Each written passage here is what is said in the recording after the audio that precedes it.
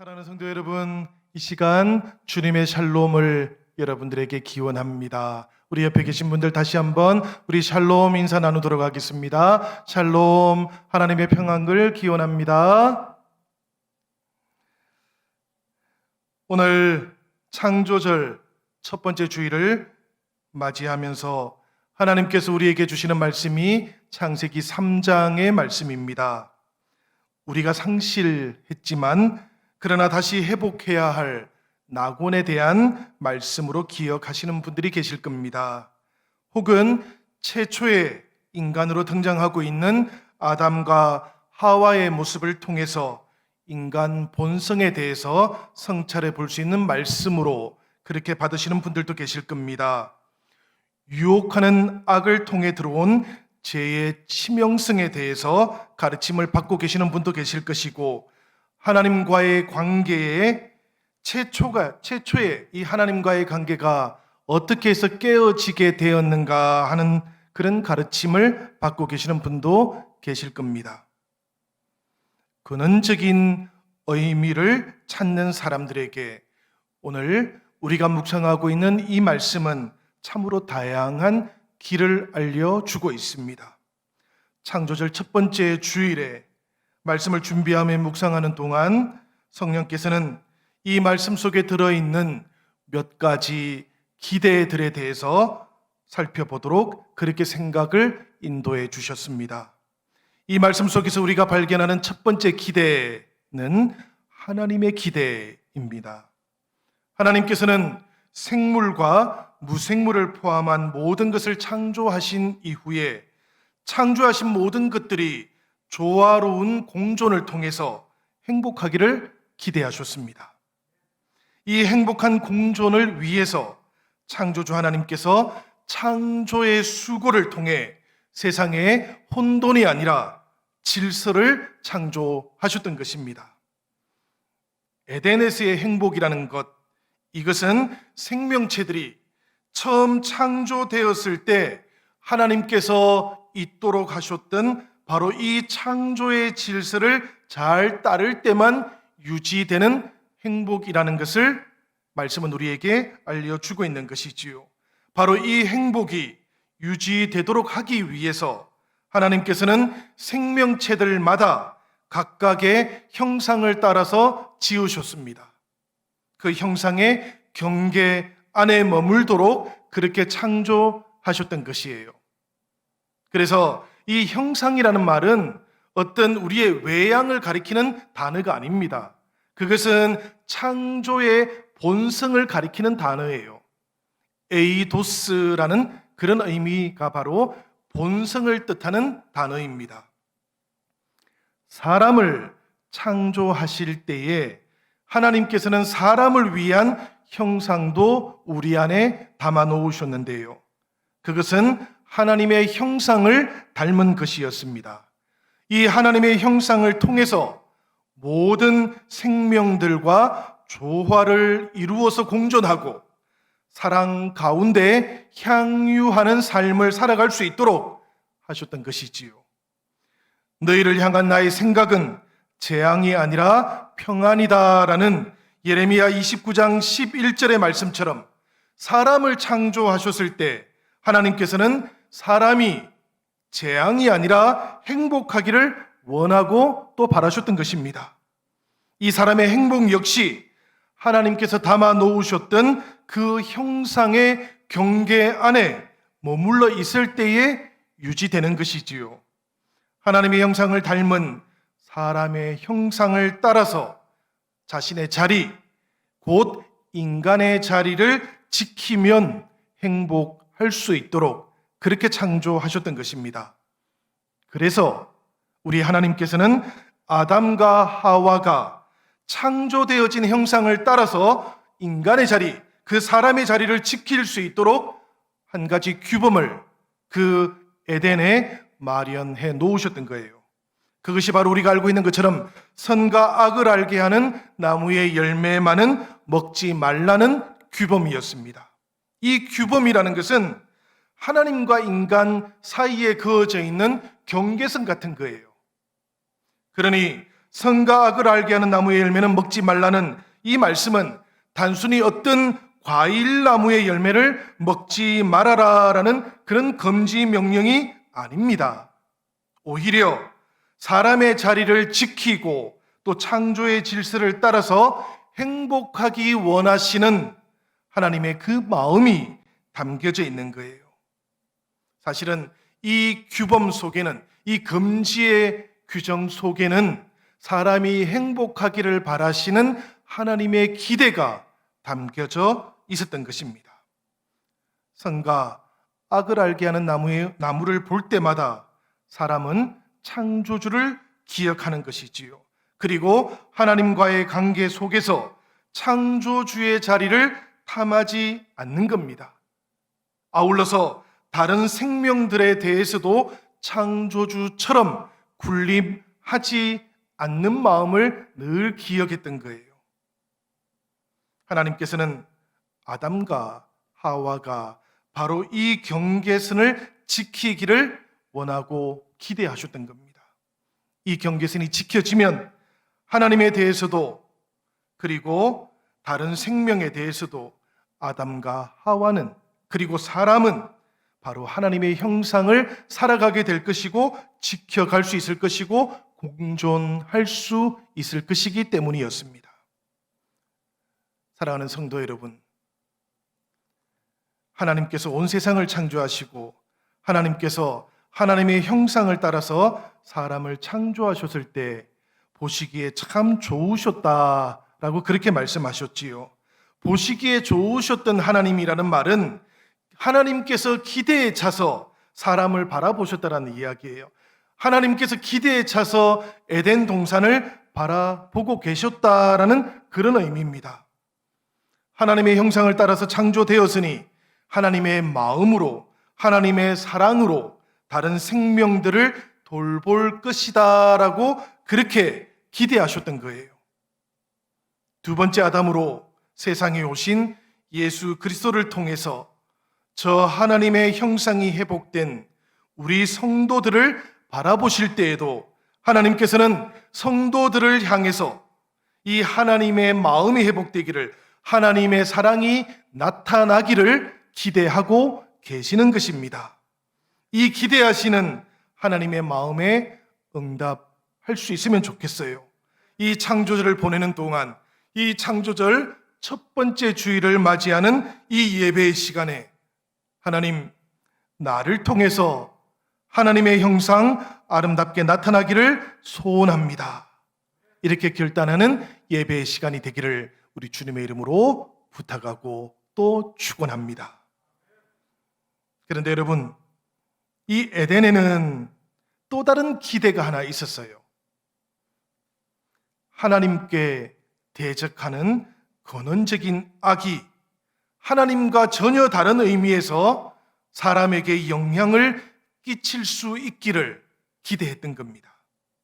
이 근원적인 악은 뱀을 통해서 아담과 하와를 유혹했습니다. 유혹은 성공을 거두었고 사람은 자신에게 주어져 있던 경계선을 넘어가 버리고 말았습니다. 아담과 하와는 그 인간의 자리를 넘어서 하나님의 자리를 탐했습니다.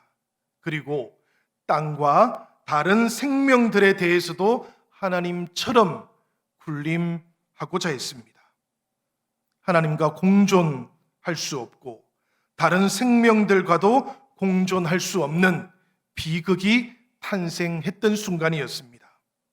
이때부터 악은 사람들을 통제하고 다스리는 힘을 가지게 되었어요. 아담과 하와에게는 더 이상 하나님이 완전한 의미에서 우선적이지는 않게 되었습니다. 하나님처럼 되고자 하는 자신들이 더 우선이 되게 되었던 것이지요. 보이지는 않지만 이 근원적인 악은 바로 이 하나님처럼 되고자 하는 사람의 탐욕을 통해서 자기를 실현시킵니다. 그리고 자기 힘을 드러내었습니다. 의심이 생겨나고 불신이 자라나게 하면서 악은 자신의 기대가 사람에게서 성취되는 것을 경험했어요.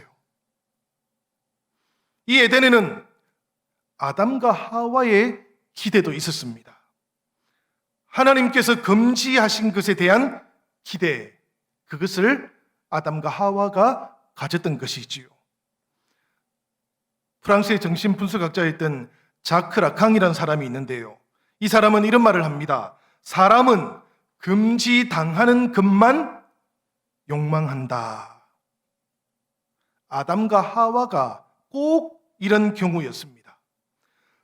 동산 각종 나무의 열매는 내가 임의로 먹되라고 말씀하시므로 금지하시기 전에 우리 하나님께서는 허락된 것이 무엇인지를 분명히 다 밝혀주셨습니다.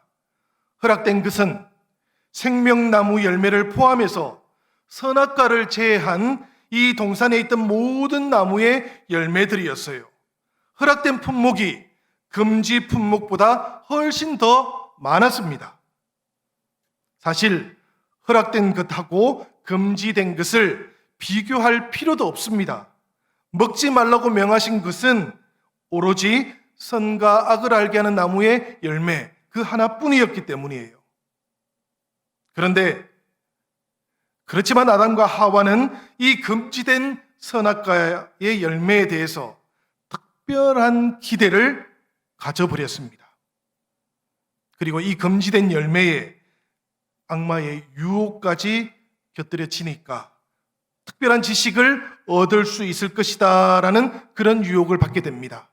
이런 약속, 악마의 약속이 결부되고 나니까 그 금지된 것에 시각적인 기대뿐만 아니라 정신적이고 영적인 유혹까지도 생겨나게 되어버렸습니다.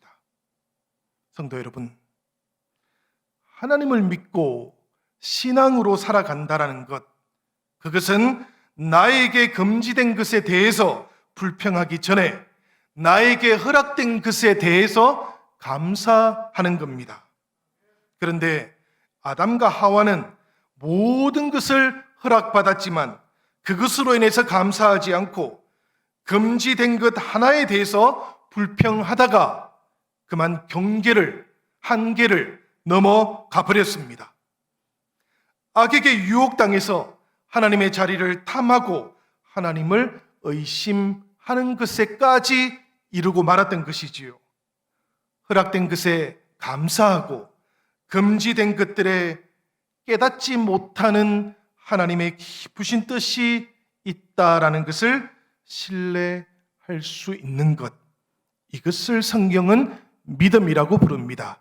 이것을 성경은 하나님을 신뢰하는 것이라고 부릅니다. 이것을 하나님께 순종하는 것이라고 그렇게 성경은 부르고 있습니다. 우리가 창조절을 지내는 동안, 그리고 특별히 이 코로나19라는 어려운 상황들을 지나가는 동안에 하나님께서 이미 우리에게 허락해 주셨던 것을 돌아볼 수 있기를 바랍니다. 그리고 지금 금지되고 있는 것 속에 우리가 미처 깨닫지 못하는 하나님의 깊으신 뜻이 있을 것이다 라고 그렇게 생각하시면서 하나님 신뢰하기를 멈추지 않는 우리 영신 성도들이 되기를 주님의 이름으로 부탁을 드립니다. 기대가 현실 속에서 다 이루어지면 참 좋겠지요, 여러분. 그런데 때때로 기대는 이 현실 속에서는 이루어지지 못할 때가 많습니다. 기대가 배반당하고 실망이 그 자리를 대신하는 경우가 참 많다는 이야기예요. 눈에 띄는 것이 하나 있습니다. 말씀 속에서 보면 실패한 악의 모습이 보입니다. 근원적인 악마는 뱀을 통해서 활동했지만 이 낙원에서 뱀은 더 이상 지배권을 행사할 수 없게 되었어요. 창조의 주님이신 하나님께서 아주 빠르게 왕의 주권을 되찾으셨기 때문에 그렇습니다. 하나님은 악을 내쫓으시고 악에게 이용당했던 뱀에게는 저주를 내렸습니다. 창세기 3장 14절의 말씀입니다. 내가 이렇게 하였으니 내가 모든 가축과 들의 모든 짐승보다 더욱 저주를 받아 배로 다니고 살아있는 동안 흙을 먹을지니라. 이 말씀을 통해서 우리가 알 수 있는 것은 이 에덴에서 악마의 근력 탈취는 아주 빠르게 실패하게 되었다라는 그런 이야기입니다. 사람에게 악은 대단히 치명적인 힘을 가지고 있는 것 같지만, 그러나 이 근원적인 악은 하나님 앞에서는 그 어떤 힘도 가지고 있지 못하다라는 것을 우리는 이 말씀을 통해서 깨닫게 됩니다. 아담과 하와 역시 치명적인 실패를 경험하고 실망에 빠지게 됩니다. 금지된 것을 엿보는 대가로 아담과 하와는 행복 대신에 고통과 불확실성 속에서 살아가게 되었습니다. 경계를 위반함으로 그 너머를 엿볼 수 있을 줄 알았는데요. 그런데 아담과 하와는 그 위반을 하는 그 순간부터 그 위반의 행위 자체가 하나님과의 관계를 깨트린다라는 것, 그리고 다른 창조 세계하고의 관계도 깨트려 버린다라는 것을 금방 깨닫게 되었습니다. 그래서 하나님을 두려워하고 하나님을 피하는 삶이 되어버렸습니다. 그리고 에덴은 불모지가 되었고 엉겅퀴가 무성하게 자라나는 땅이 되고 말았습니다. 생명 대신에 죽음을 맞이하면서 끝없이 불안하게 살아가게 된 아담과 하와의 치명적인 실패가 이 말씀 속에서 보입니다. 아담과 하와를 바라보셨던 하나님의 마음이 많이 아프셨습니다. 성도 여러분, 그래도 우리는 이것을 기억하고 꼭 알아야만 합니다. 하나님께서도 실망하셨겠지만, 그러나 우리를 향한 하나님의 사랑은 멈추지 않습니다.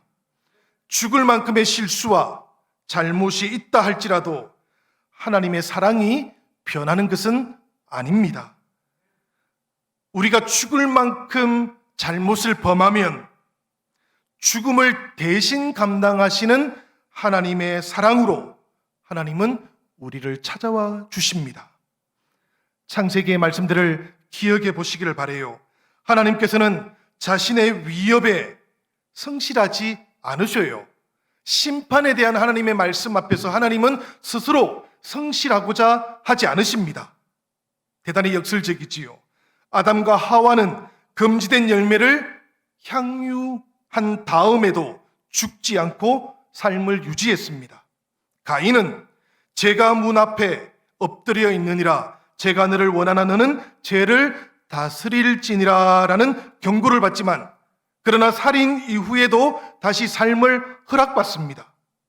모든 사람들이 하나님같이 되고자 했던 시대가 노아 시대였다고 성경은 우리에게 증언하고 있지요. 그런데 이 노아 시대 이후에도 하나님께서는 이후에는 인간을 위해서 더 이상 땅을 저주하지 않겠다라는 언약을 주셨습니다. 사람의 자리를 넘어서 하나님 같이 되고자 하는 유혹과 그것을 실제로 시도했던 사람들이 계속해서 나타났지만 하나님의 은혜도 결코 멈추지 않았다라는 것을 우리는 꼭 기억하시기를 바랍니다.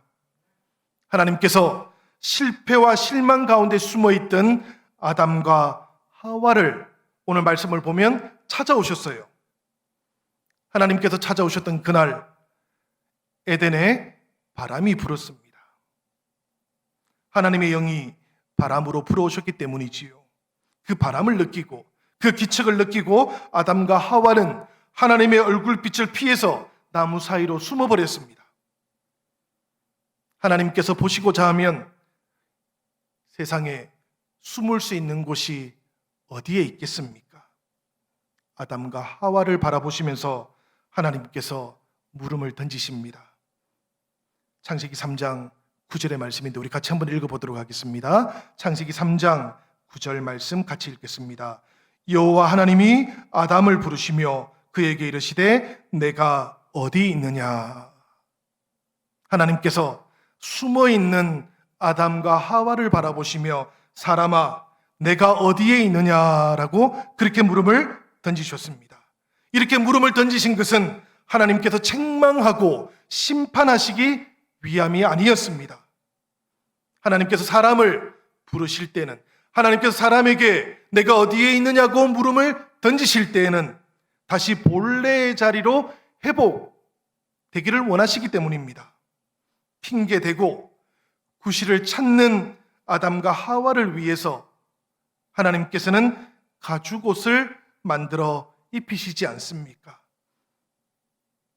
내가 어디에 있느냐라는 그 물음에 온전하게 응답하지 않고 핑계를 대고 구실을 찾더라도 하나님의 사람을 향한 사랑은 멈추지 않는다는 이야기입니다. 하나님께서는 허물을 탓하지 않으시고 덮어주셨고 감추어 주시는 것이지요. 그래서 주홍같이 붉은 재가 아담과 하와를 그리고 우리를 덮고 있다고 할지라도 하나님께서는 주님의 보혈로 우리의 허물을 덮어주시고 감추어 주시는 것입니다. 오늘 이 창세기에 나오고 있는 가죽옷을 지어 입히시는 하나님은 바로 우리를 향해서 그 죄가 주홍같이 붉을지라도 이 가죽옷으로 덮으시고 감추어 주시고 싸매 주시는 하나님의 모습인 줄로 믿습니다. 사랑하는 여러분, 우리 안에 어떤 허물이 있다 할지라도 하나님께서는 우리를 찾아오셔서 우리의 허물을 덮어주실 겁니다.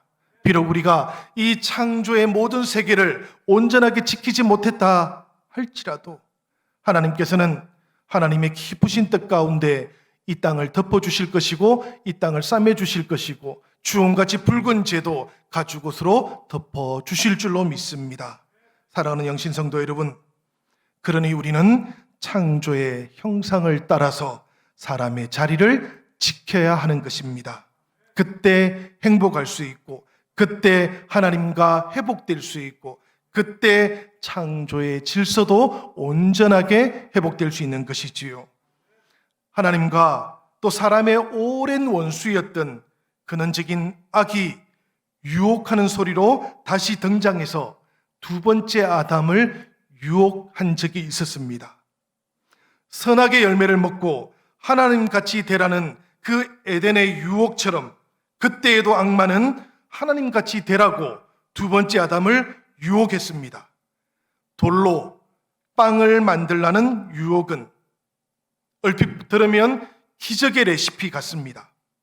돌로 빵을 만드는 기적의 비법을 알고 있는 사람은 전 세계의 빵 시장을 지배할 수 있을 것 같습니다. 그리고 그 기술적인 가능성으로 인해서 온 세상으로부터 찬양을 받을 수 있을지도 모릅니다. 그렇지만 예수님께서는 사람이 떡으로만 사는 것이 아니라 하나님의 말씀으로 산다고 말씀하시면서 이 찬양을 거부하십니다. 그리고 저 유혹에도 저항하셨습니다. 그 기적이 아무리 매혹적이라고 할지라도 하나님의 뜻에 부합하지 않았기 때문입니다. 창조절에 우리는 이 기적의 레시피를 대하시는 예수님의 태도를 눈여겨보아야만 합니다. 할 수 있는 모든 것이 꼭 해도 되는 것은 아니라는 것을 이 말씀이 일깨워주고 있기 때문에 그렇습니다. 기술이 개발되었다고 해서 그것이 사용되어도 된다는 의미는 아니라는 것을 우리에게 일깨워주고 있기 때문에 그래요. 사람이 만들어 놓은 기술에도 윤리가 필요하고 가치에 대한 판단이 분명히 필요하기 때문에 그렇습니다. 하나님의 뜻과 조화로워야 하고 이 창조의 질서 안에 있는 사람의 자리, 그 한계를 지켜야 하기 때문에 그런 것입니다. 그래서 예수님께서는 두 번째 악의 유혹에도 저항하셨던 거예요. 거룩한 성전 꼭대기에서 뛰어내리라라는 이 유혹 속에는 한계를 넘어서 보라는 그런 악마의 유혹이 담겨 있는 겁니다. 이 두 번째 유혹의 소리 앞에서도 예수께서는 행여라도 두 발이 땅에서 떨어질까 땅에 굳게 발을 디디고 이렇게 말씀하셨습니다. 주 너의 하나님을 시험하지 말라. 할 수 있는 것이라고 해도 그 때문에 해야만 하는 것은 아닌 것처럼 한계를 넘어서는 것, 그 경계선을 위반하는 것이 하나님을 신뢰하는 것하고 꼭 같은 의미는 아니라는 것을 주님께서 분명하게 알려주셨던 거예요. 하나님을 신뢰한다는 것하고 하나님을 시험하는 것하고는 다르다라는 것, 맹목적으로 하나님 앞에 하나님의 능력을 요구하면서 한계를 넘어가는 것은 하나님 신뢰하는 것이 아니라는 것을 우리에게 알려주었던 겁니다. 사랑하는 성도 여러분, 두 번째 아담이신 예수님께서는 연약한 우리를 대신해서 두 번째 아담이 되신 겁니다. 하나님처럼 되어보라는 그 악마의 유혹을 우리를 대신해서 물리치기 위해서 두 번째 아담이 되셨던 거예요. 그리고 끝까지 하나님을 향한 신실하심 가운데 하나님의 형상을 따라서 창조의 질서를 회복시켜 주셨던 것입니다. 그 회복의 길은 악마와 타협하고 악마에게 굴복해서 얻게 되는 불의한 근력을 통해 만들어지는 것이 아니라는 것도 우리에게 분명하게 알려주셨습니다. 하나님같이 되는 것을 통해서가 아니라 하나님을 끝까지 믿고 신뢰하는 십자가의 그 사랑을 통해서 비로소 세워진다라는 것을 우리에게 분명하게 보여주셨습니다. 우리를 위한 두 번째 아담이 되셨던 주 예수 그리스도께서는 바로 이 십자가에 달리시기까지 하나님을 향한 신실한 사랑을 통해 하나님과 사람 사이, 하나님과 세상 사이, 그리고 사람과 낙원 사이에 되돌아갈 수 있는 그 길, 그 다리를 다시 세워주신 분이 되셨던 겁니다. 우리 주 예수 그리스도, 그분을 주님으로 우리가 믿고 따른다면 우리 모두에게도 이 창조의 형상, 비록 우리가 십자가에 도달한다 할지라도, 비록 우리가 십자가를 져야 한다 할지라도 하나님을 향한 이 신실한 사랑을 고백할 수 있기 바랍니다. 그런 우리의 신실함을 통해서, 주님과 연합됨을 통해서 이 세계는 다시 하나님과 이어지게 될 것입니다. 그리고 주님을 따라가는 예수님의 제자들인 우리와 교회를 통해서 이 세상은 다시 한번 하나님께서 회복하기 원하시는 그 에덴으로 가는 그 길을 회복할 수 있는 길이 열리게 될 줄로 믿습니다. 창조절 이 첫 번째 주일에 다시 세상을 향해서 교회가 이 소망의 길이 되고 회복의 길이 될 수 있는 은혜가 임하기를 우리 주님의 이름으로 간절히 축원합니다.